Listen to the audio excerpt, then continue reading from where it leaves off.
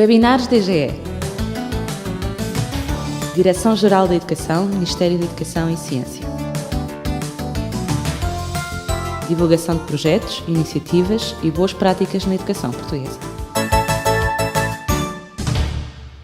Bem-vindos a esta sessão webinar da Direção-Geral da Educação, hoje com o título sugestivo Aprender sem papel. Temos connosco o professor Carlos Nunes, licenciado em Ensino da Informática pela Universidade do Algarve e atualmente professor de Informática no agrupamento de escolas Silveschule. O professor Carlos Nunes já lecionou vários níveis de ensino, desde o primeiro ano do primeiro ciclo até ao ensino universitário, e é formador de formadores e de professores no âmbito da utilização de recursos didáticos e tecnologias de informação e comunicação. Para além da sua atividade profissional, foi fundador em 2006 da Comunidade Portuguesa de Moodle, da qual ainda é dinamizador. É como dinamizador dessa comunidade que tem tido várias participações como orador ou dinamizador de workshops em várias conferências em Portugal e Espanha. É autor do blog A Pensar Em, onde disponibiliza vídeos educativos que produz regularmente e que são recursos muito populares para utilizadores de tecnologias. O professor Carlos Nunes é também autor de manuais de disciplinas de TIC. Carlos, obrigado por nos dar o privilégio de aceitar o nosso convite e de nos falar sobre estes assuntos, que sabemos que são de particular interesse para muitos daqueles que trabalham nas escolas portuguesas. Como é que surgiu o título Aprender sem papel? Então, antes de mais, olá a todos. Portanto, este título surgiu numa conferência que aconteceu no Algarve, portanto, onde eu iria apresentar uma boa prática sobre a utilização de vídeos didáticos na sala de aula e também fora dela, e então eu quis arranjar um título que que tivesse um grande impacto.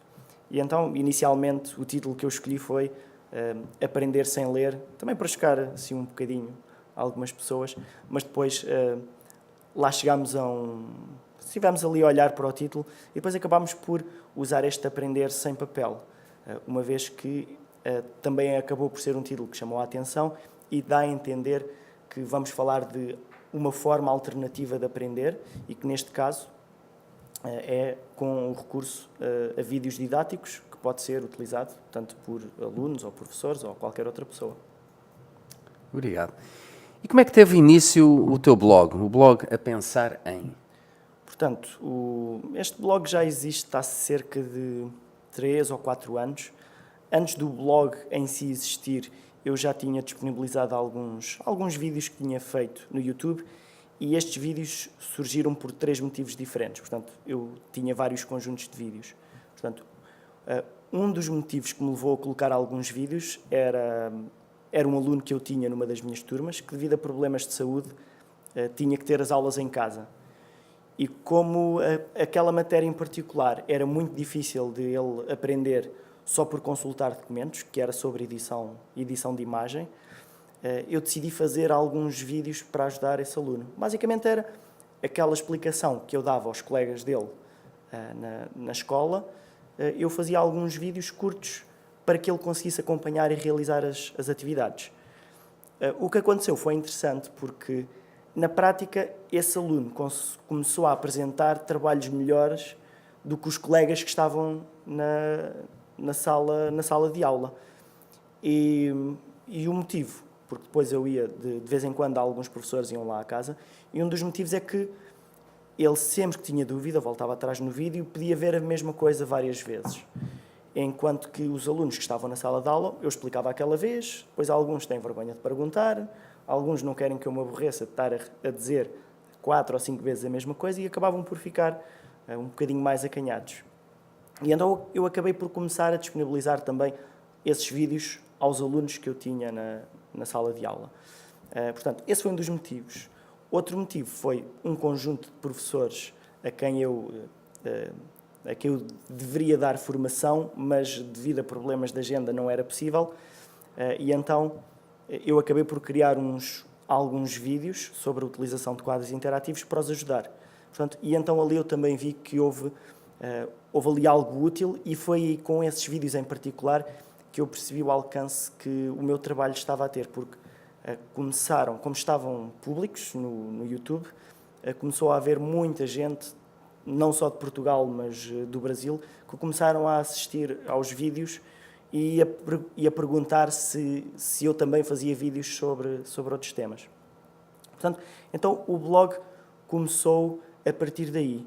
A essas duas situações, os meus alunos e também colegas professores a que eu dava formação, juntou-se também a um conjunto de vídeos que eu fazia para mim próprio, como forma de aprendizagem. Sempre que eu assistia a uma formação de alguma coisa que tivesse a ver com a informática, eu não tirava notas de como é que se fazia, eu gravava, ia gravando o que eu próprio ia aprendendo, fazendo, e sempre que eu tinha necessidade eu ia ver os meus próprios vídeos para recordar, em vez de andar à procura num bloco de notas.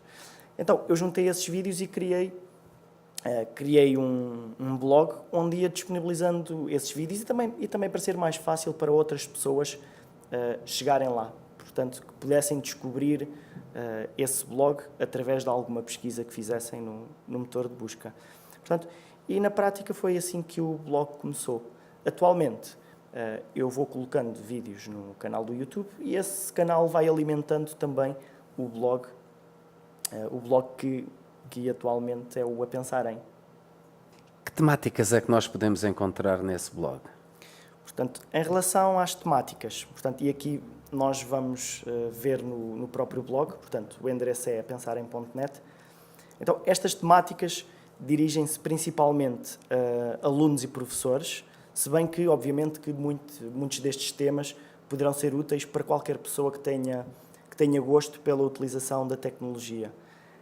E existem temas muito diversificados e que chegam a muita gente. Temas como, por exemplo, portanto, vamos aqui ver algumas das categorias, portanto, software para quadros interativos, alojamento de páginas web, ou seja, criação de sites, Evernote, que é uma aplicação para tirar notas. Portanto, outras coisas mais populares temos, por exemplo, a utilização do Excel, a utilização de ferramentas Google, como, por exemplo, o Google Drive, edição de imagem, pequenos tutoriais sobre utilização, neste caso, de aplicações móveis para telemóvel ou tablet, sobre sistemas operativos além do Windows, portanto, Windows, Linux e também o sistema OS X dos Mac. Principalmente também muitos vídeos sobre Moodle, uma vez que eu acabo por ter uma ligação especial ao Moodle. Existem muitos vídeos dirigidos a professores de como utilizar o Moodle, como utilizar os vários recursos e atividades que essa plataforma nos oferece. Portanto, e depois outras ferramentas de aprendizagem de programação, como Scratch ou Odoo, e também outras coisas que eu também tenho vindo a acrescentar, além destas temáticas específicas. Também atualmente começo a fazer alguns vídeos podemos chamar de opinião sobre alguns temas relacionados com a educação e novas tecnologias, e também algumas coisas assim mais pessoais, mas que eu acabo por disponibilizar aqui, como são casos de alguns vídeos recentes, por exemplo, aqui desta categoria, uma série de vídeos que eu chamei Mitos e Maus Hábitos Tecnológicos. Eu, como sou professor de informática numa escola básica, é muito comum haverem alguns colegas que vêm pedir ajuda em determinadas coisas. E então eu vou pegando em algumas dessas vivências que eu tenho com esses colegas e algumas coisas que eu lhes vou tentando mudar os hábitos que eles têm. E então eu faço um vídeos podemos dizer que é em termos de brincadeira, também a desmistificar esta coisa das tecnologias. Este aqui, por exemplo, são desses vídeos que podem ser úteis a muita gente e que poderão ver que realmente eu caio nesse erro, por exemplo. Portanto, só para mostrar um exemplo destes vídeos. Eu normalmente dou-lhe sempre um título que seja de alguma forma irónico, portanto, mostra o que não se deve fazer. Por exemplo, temos aqui o Excel, tão difícil. E então, eu neste vídeo, por exemplo, tento explicar porque é que o Excel porque é que não é uma ferramenta difícil de trabalhar. Portanto, porque muita gente tem essa ideia, por exemplo, que o Excel é muito difícil de trabalhar, mas no vídeo eu explico o problema não é propriamente do Excel, é de outra coisa. Portanto, Este é dos mais interessantes. Por exemplo, aqui também um muito popular, que é o tenho um PowerPoint para vos mostrar, que é para quem tem o hábito, que é muita gente, de dizer tenho aqui um PowerPoint para vos mostrar, em vez de dizer que tem uma apresentação para mostrar. Portanto, são alguns destes exemplos, destes vídeos que são particularmente feitos a pensar nos meus colegas, mas que se aplicam a toda a gente. Em relação aos outros vídeos mais comuns, por exemplo, se pegarmos aqui no tema Moodle, nós temos aqui uma série de vídeos acerca do Moodle. Aqui a imagem dos vídeos vai mudando, também funciona como uma espécie de temporadas. A cada ano eu dou um toquezinho diferente aos vídeos, também para haver aqui uma evolução. E então são algumas dicas sobre o Moodle ou algum tutorial de como se faz alguma coisa, que é um exemplo dos vídeos que temos. Abrindo aqui por exemplo, vamos abrir aqui este acerca de inscrição. Portanto, todos estes vídeos estão disponíveis também no YouTube. Portanto, há quem siga aqui no blog, há quem siga no YouTube. E então é uma forma de partilhar este conhecimento com todas as pessoas que queiram aprender. Portanto, os vídeos são sempre narrados por mim. Normalmente são vídeos curtos, de 5 minutos. Às vezes há exceções que são um pouco mais longos, mas sempre que alguém tiver um bocadinho de tempo para querer aprender alguma funcionalidade especial de alguma ferramenta, então estes vídeos são uma boa forma de chegar a essas pessoas, como se eu estivesse sentado ao lado delas a explicar-lhes, que acaba por ser um hábito que eu tenho quando vejo alguém interessado em tecnologia ou a utilizar, e eu tento também ali de alguma forma partilhar a minha experiência e como é que eu uso determinadas ferramentas. Portanto, isso acontece muito frequentemente comigo, e os vídeos é uma forma de eu fazer isso com qualquer pessoa, em qualquer altura. Carlos, tu és professor. Como é que podem estes recursos vídeo ser utilizados ao serviço de processos de ensino e de aprendizagem? Portanto, como eu disse há pouco, estes vídeos podem ser usados como uma forma de dar alguns apontamentos aos alunos. Em vez de lhes dar um documento de texto de como se faz determinada operação, por exemplo, num programa como o Microsoft Word ou o Microsoft Excel, eu penso que é mais útil ter um vídeo que mostra como é que isso se faz, para se poder voltar atrás, para ter um feedback do professor a falar e para poder sempre que for necessário, voltar atrás e ver todos esses vídeos. Eu uso estes vídeos com os meus alunos e com os formandos de muitas maneiras diferentes. Depende sempre do tema, portanto, todos os temas têm algumas características que permitem ou não usá-los de uma determinada forma. Dando alguns exemplos, existem situações em que eu dou os vídeos aos alunos com antecedência antes de eu explicar como é que funciona na aula, e então os alunos têm a possibilidade de, antes da aula, terem logo um conhecimento prévio daquilo que eu vou mostrar, e quando eu falo disso na aula, eles já percebem o contexto daquilo que estão a fazer e é mais fácil seguir. Inclusive, há muitos que até já dispensavam a minha explicação porque já viram e até já experimentaram a fazer aquelas operações. Portanto, essa é uma das formas. Como em muitas situações eu não tenho a garantia de que todos os alunos estão em pé de igualdade, e depois, para não ser aborrecido de alguns alunos estarem a ouvir uma coisa que já acabaram de ver explicada pela mesma pessoa, eu acabo por dar o vídeo no final da explicação. Portanto, eu faço a explicação na aula, a partir daí eu disponibilizo o vídeo para esses alunos, para que eles mais tarde possam consultá-los. Por exemplo, se houver alguma prova importante, ou um teste, ou um trabalho prático, eles podem voltar e ver, por exemplo, no caso do Word, como é que se faz um índice automático. Se têm dúvida, não conseguem fazer, em vez de irem ver as anotações no caderno, vão procurar o vídeo que eu disponibilizo acerca desse tema. E, finalmente, noutras matérias, há outra forma em que eu uso, em que eu uso o vídeo mesmo nas aulas. Em algumas situações, já é dispensada a minha explicação. Eu peço aos alunos para levarem logo uns auriculares, para ligarem ao computador, e os alunos, em vez de ouvirem a minha explicação em direto, e ao vivo, ouvem a explicação que eu preparei para eles. E acaba por ser uma forma de rentabilizar também as aulas, portanto, em determinados temas em que os alunos estão mais concentrados e ouvem ao ritmo que eles precisam. Por exemplo, um caso em que eu faço isso é com a aplicação GIMP. A aplicação GIMP é um software livre para edição de imagem. E vamos abrir aqui um.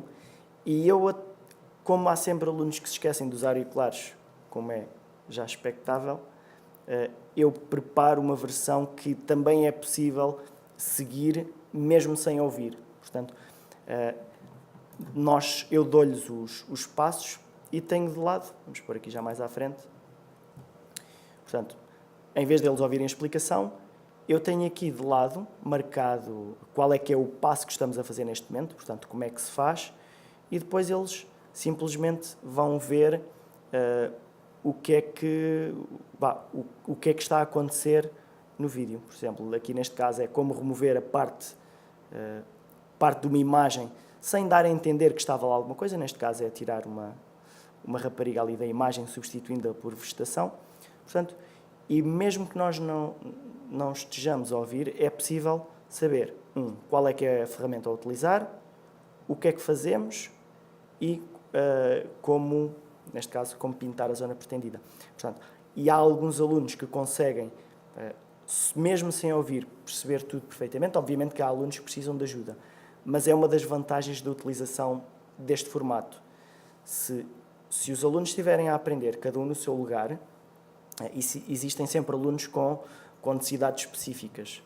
E eu consigo dar, durante toda a aula, apoio a esses alunos que têm mais dificuldades, enquanto os outros alunos conseguem, de uma forma muito mais autónoma, conseguem resolver os problemas e os exercícios que eu vou apresentando. Da forma concreta como eu apresento estes vídeos, é misturado no meio do enunciado da tarefa. Temos a tarefa 1 e por baixo da tarefa 1 temos o vídeo da explicação de como é que isso se faz. Portanto, em algumas situações é possível utilizar isto. Se os alunos estiverem todos auriculares, as aulas funcionam sempre muito bem, porque os alunos, obviamente numa turma de 28 alunos, há sempre um que vai interromper o professor com uma pergunta ou com algum comentário que pode nem ter nada a ver com a matéria, e quando eles estão sozinhos com o vídeo, a sala torna-se muito mais silenciosa, porque está tudo a fazer aquilo à sua forma. E é interessante ver a forma diferente como eles têm de utilizar os vídeos. Existem alunos que, por exemplo, num vídeo, este aqui tem cerca de 4 minutos, há alunos que veem o vídeo do princípio ao fim, depois vão ler o enunciado e vão tentar resolver. Há alunos que leem o enunciado, começam a ver parte do filme e começam a tentar resolver à medida que vão vendo o vídeo, portanto vão seguindo passo a passo. Há alunos que tentam fazer sem o vídeo e quando chegam a uma parte em que já não conseguem avançar, então vão à procura no vídeo da parte em que bloquearam, e então é muito interessante ver que os alunos começam a arranjar estas estratégias e acaba por funcionar muito bem com todos. Obviamente que no meu caso estamos a falar de uma disciplina de informática, em que isto é possível, porque existem computadores para todos os alunos e cada um pode fazer isto ao seu ritmo. Noutras disciplinas, obviamente, que não é possível. Se estivermos a pensar em português ou história, isto não é possível aplicar a uma aula inteira, mas existem sempre algumas formas úteis de aplicar estes vídeos em qualquer aula. Depende sempre da matéria, obviamente, mas normalmente os alunos respondem muito bem a isto. Eu até costumo dizer, com alguma graça, acho eu, aos meus alunos, que a minha versão do vídeo é muito melhor do que a versão verdadeira.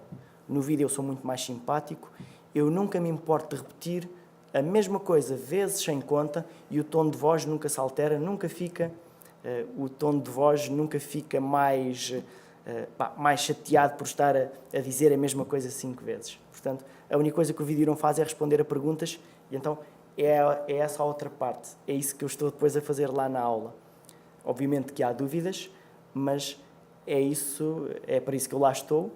E os alunos, quando têm essa dúvida, eu consigo resolver com cada aluno individual a sua dúvida. Mas há muitos alunos que já nem precisam de um apoio tão grande e acabo, como eu disse, por conseguir dar muito mais apoio aos alunos que têm mais dificuldades.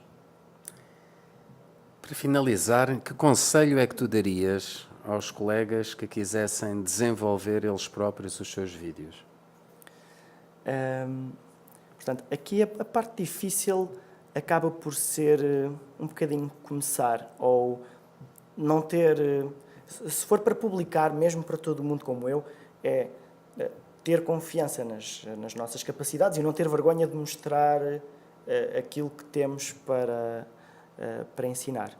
Depois, obviamente, que há aqui uma barreira tecnológica entre o conseguir capturar, portanto, mas isto é algo que também se aprende facilmente, não é muito difícil. Se nós conseguimos fazer sozinhos no nosso computador, basta ter uma ferramenta que grava o que é que se dá a passar no nosso computador e nós vamos gravando isso. Portanto, isto em termos de informática é fácil fazer assim.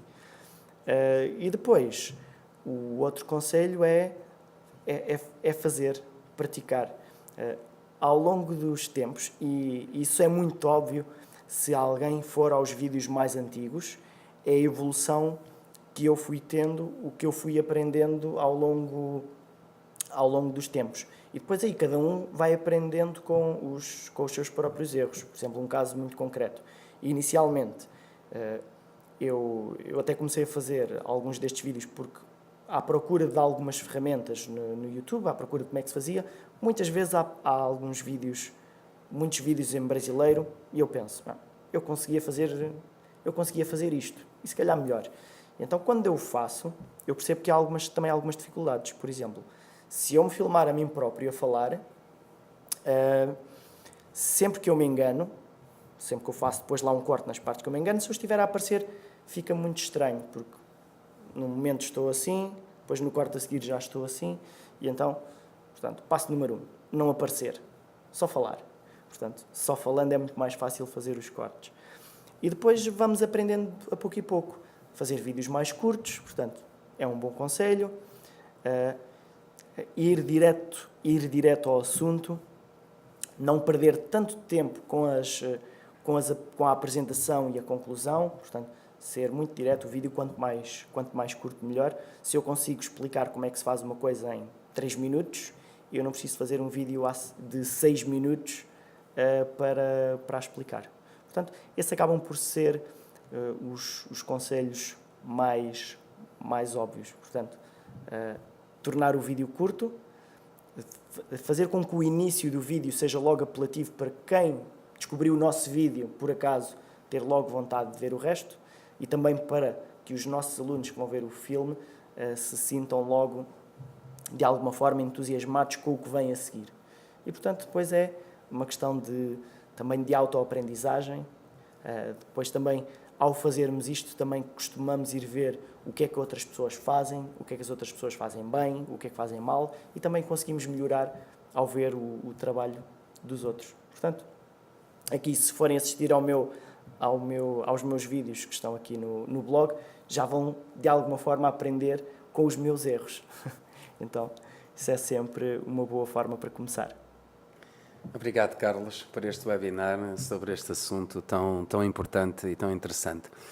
Agradecemos também a todos aqueles que nos acompanharam e lembramos que qualquer questão ou sugestão pode ser enviada para o endereço de correio eletrónico que está a passar no rodapé: webinar@dge.mec.pt. Muito obrigado. Muito obrigado.